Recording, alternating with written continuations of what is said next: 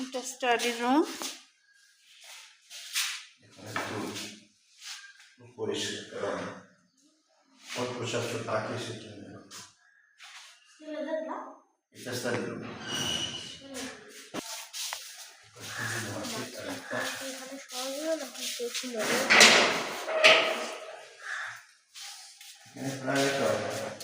এখানে যেমন কোচিং তোমরা ওই ছোটটা তুমি এখানে তোমাকে স্কুলে ভর্তি করবে বাইরে, কিন্তু পাঠাবো না কারণ স্কুলে ভালো পড়ে না।